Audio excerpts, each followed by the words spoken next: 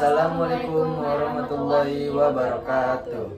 Kami dari kelompok 7 ingin menjelaskan tentang Kerajaan Tidore. Sebelumnya, izinkan kami memperkenalkan diri terlebih dahulu. Saya Zafirul Rahman absen 7.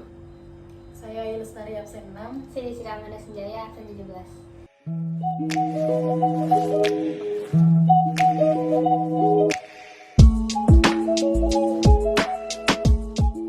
Kerajaan Tidore merupakan salah satu kerajaan Islam terbesar di Maluku yang didirikan pada abad ke-11 oleh Syekh Jati atau Muhammad Nakil. Beliau sendiri adalah saudara dari Masyur Malamo, yaitu pendiri kerajaan Ternate. Kesultanan Tidore berpusat di wilayah kota Tidore, Maluku Utara, Indonesia sekarang.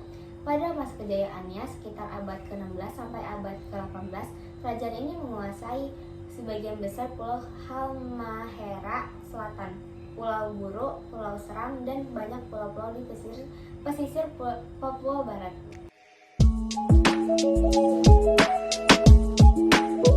Adapun raja terkenal dari Kesultanan Tidore, yang pertama adalah Sultan Al-Mansur dari tahun 1512 sampai 1526 Masehi. Peninggalan Sultan Jamaluddin, Kesultanan Tidore dipimpin oleh Sultan Al-Mansur, di mana pengaruh asing mulai masuk ke Maluku Utara, mengembangkan kekuasaan terutama ke wilayah selatan Pulau Halmahera dan kekuasaan Papua bagian barat. Persaingan antara Ternate Portugis melawan Tidore Spanyol kemudian berakhir setelah dilakukan perjanjian Saragossa pada tahun 1529 Masehi. Kedua ada Sultan Saifuddin alias Jowkota dari tahun 1657 sampai dengan 1674 Masehi. Pada 1663, Spanyol mundur karena protes dari pihak Portugal sebagai pelanggaran terhadap perjanjian Tordesillas. Dengan absennya Spanyol, Tidore akhirnya diincar oleh VOC. Untuk menghindari kerusakan dan kerugian, Sultan Saifuddin melakukan perjanjian dengan VOC pada 1667 yang isinya yang pertama, VOC mengakui hak-hak dan kedaulatan Kesultanan Tidore atas Kepulauan Raja Ampat dan Papua Daratan. Kedua, Kesultanan Tidore memberikan hak monopoli perdagangan rempah-rempah dalam wilayahnya kepada VOC. Yang ketiga ada Sultan Nuku dari tahun 1797 sampai 1805 Masehi.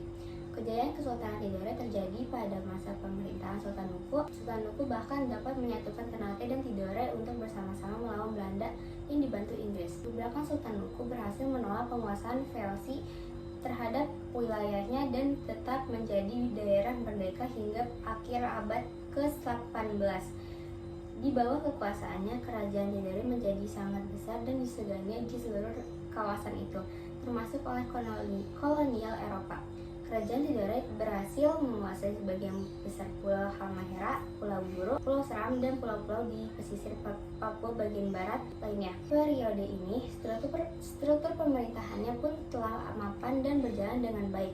Oleh rakyatnya, Sultan Nuku dianggap sebagai sosok yang mampu mengubah masa lalu Maluku yang kelam ke dalam era baru yang penuh kemauan dan kemampuan untuk bangkit dari segala bentuk keterikatan dan penindasan. Di sini ada masa kejayaan Kerajaan Tidore didirikan tahun 1081 Masehi oleh Muhammad Nakil atau Syekh Jati. Masa kejayaan Kerajaan Tidore dicapai pada abad ke-18, tepatnya saat berada di bawah kepemimpinan Sultan Nuku.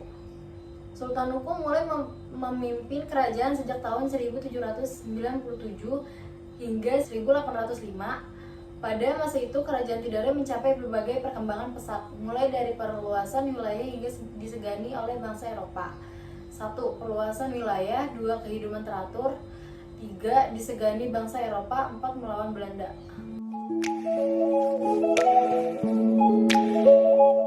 Di sini ada penyebab kemunduran. Kemunduran Kesultanan Tidore disebabkan karena diadu domba dengan Kesultanan Ternate yang dilakukan oleh bangsa asing, yaitu Spanyol dan Portugis, yang bertujuan untuk memonopoli daerah penghasil rempah-rempah tersebut.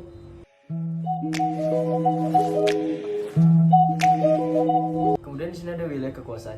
Pada masa kejayaannya, Kerajaan Tidore berhasil memperluas wilayah kekuasaannya hingga ke Sulawesi Utara, Papua, dan Timur. sehingga membuat kekayaan dan kehidupan kerajaan dan masyarakat sekitarnya menjadi jauh lebih baik.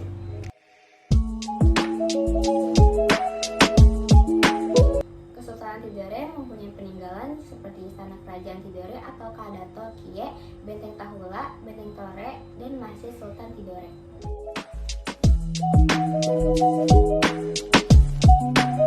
Kemudian kerajaan Tidore mempunyai jalur rempah.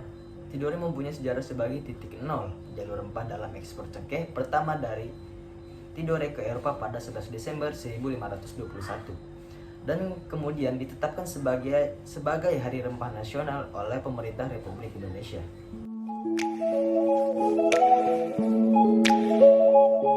Di sini ada politik dan kebudayaan, yaitu Sultan Nuku dapat menyatukan Ternate dan Tidore untuk bersama-sama melawan Belanda yang bisa dibantu Inggris. Belanda kalah serta terusir dari Tidore dan Ternate. Sementara itu, Inggris tidak mendapat apa-apa kecuali hubungan dagang biasa. Sultan Nuku memang cerdik, berani, ulet, dan waspada. Sejak saat itu, Tidore dan Ternate tidak diganggu baik oleh Portugal, Spanyol, Belanda, maupun Inggris sehingga kemakmuran rakyatnya terus meningkat. Wilayah kekuasaan Tidore cukup luas, meliputi Pulau Seram, sebagian Halmahera, Raja Ampat, dan sebagian Papua. Pengganti Sultan Nuku adalah adiknya Sultan Zainul Abidin. Ia juga giat menantang Belanda yang berniat menjajah kembali Kepulauan Maluku.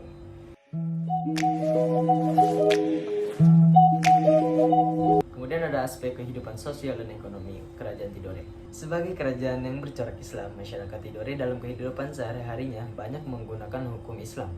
Hal itu dapat dilihat pada saat Sultan Nuku dari Tidore dengan Demeskuita dari Portugal melakukan perdamaian dengan mengangkat sumpah di bawah kitab suci Al-Quran. Sultan Tidore terkenal dengan rempah-rempahnya seperti di daerah Maluku sebagai penghasil rempah-rempah. Tidore banyak didatangi oleh bangsa-bangsa Eropa. Bangsa Eropa yang datang ke Maluku antara lain bangsa Portugis, Spanyol, dan Belanda.